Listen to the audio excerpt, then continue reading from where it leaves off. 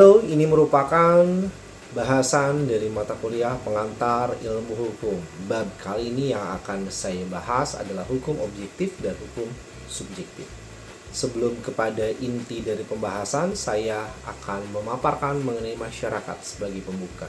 Jadi, rekan-rekan pendengar kuliah online dari Romi Muhammad Ramdhani, ketika kita mengenal atau mendengar kata masyarakat, ada masyarakat secara luas, namun dalam hal ini maksud saya adalah masyarakat hukum. Apa itu masyarakat hukum? Masyarakat hukum adalah sekumpulan orang yang menempati suatu wilayah tertentu di mana ada aturan yang berlaku untuk orang-orang yang berada di wilayah tersebut. Jadi aturan yang berlaku ini untuk masyarakat dalam suatu wilayah itu sebagai pedoman untuk bertingkah laku.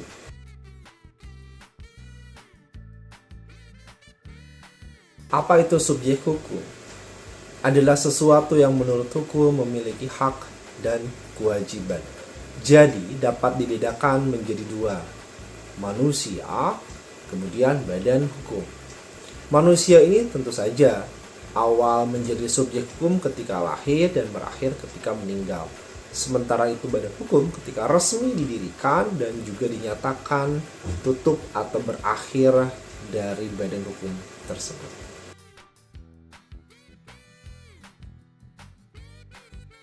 Sekarang apa itu objek hukum? Objek hukum ada pengaturan setidaknya di 499 KUH Perdata. Jadi inti pada objek hukum ini adalah apapun yang berguna bagi subjek hukum.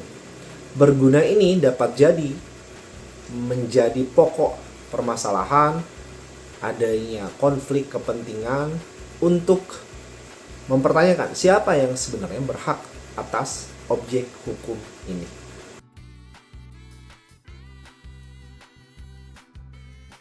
Peristiwa kejadian hukum adalah yang akan kita bahas selanjutnya.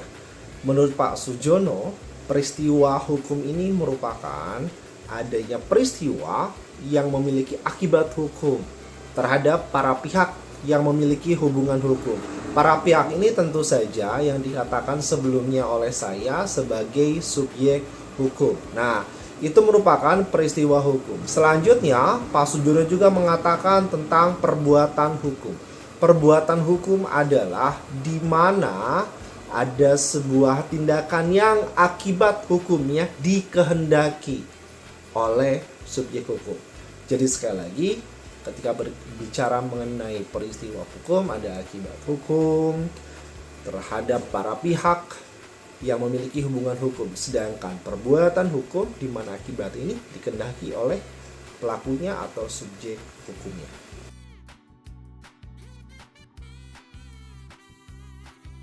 Lantas apa itu hubungan hukum? Hubungan hukum adalah suatu hubungan antara para subjek hukum yang diatur dalam hukum. Jadi pada hubungan hukum selalu ada hak dan kewajiban.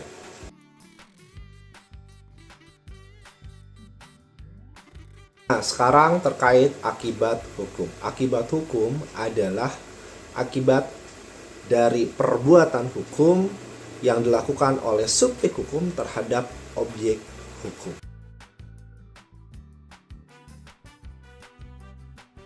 Sekarang kita berbicara mengenai hak.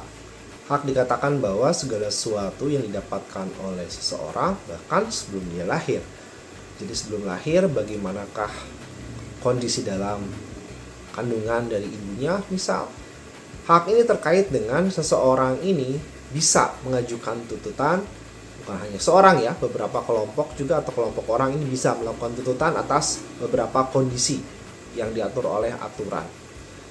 Fitzgerald mengatakan bahwa ciri-ciri dari hak itu setidaknya ada 3. Yang pertama, hak itu terkait dengan subjek hukum. Artinya, seseorang atau saya misalnya ini ada hak yang perlu dipenuhi. Kemudian yang kedua, ada orang lain sebagai pemegang kewajiban yang perlu memberikannya hak itu. Yang ketiga ini kesimpulan dari yang ciri pertama. Yang kedua, ketika saya memiliki hak, maka ada orang lain yang perlu menunaikan kewajiban atau bahkan tidak melakukan sesuatu. Jadi yang namanya hak itu bisa kita berhak melakukan atau dapatkan, atau orang lain itu tidak melakukan sesuatu. Itu dia terkait dengan hak.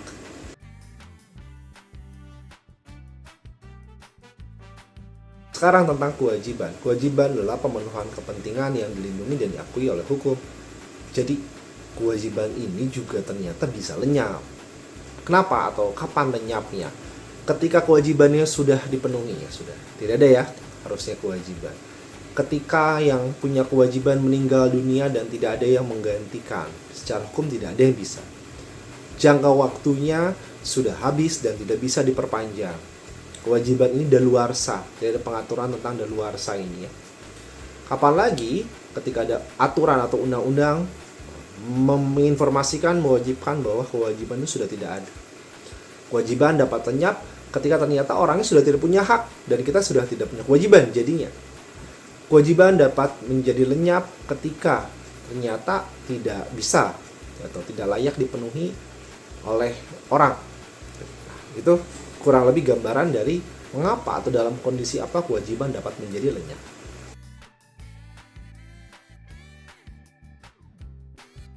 Berbicara mengenai hak sudah, berbicara mengenai kewajiban juga sudah.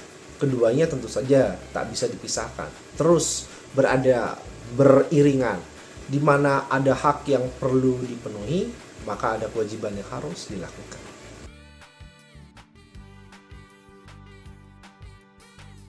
Kita akan bahas mengenai peristiwa hukum. Peristiwa hukum ialah bagaimana sebuah peristiwa yang akibat hukumnya sudah diatur hukum.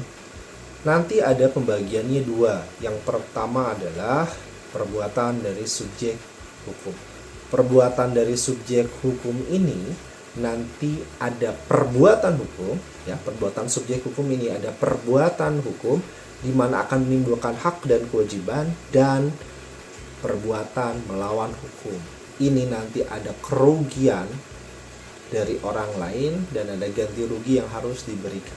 Ya, ingat ya, ini perbuatan subjek hukum mengakibatkan atau menimbulkan perbuatan hukum dan perbuatan melawan hukum.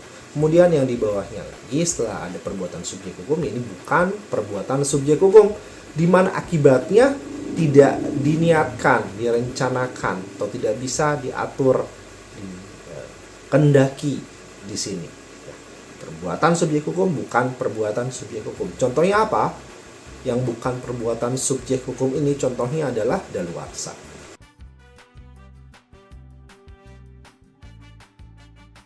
Akhir pembahasan pada bab ini adalah perbuatan lainnya atau yang dimana ini bukan dari perbuatan hukum. Kata kunci pada perbuatan lainnya ini tidak ada kehendak. Jadi seandainya para pihak ini membuat sebuah hubungan hukum, nah ini ada kehendak nih. Kalau perbuatan lainnya tidak terkait dengan kehendak para pihak yang terlibat, tapi memang sudah ada hukum objektif yang berlaku dalam masyarakat.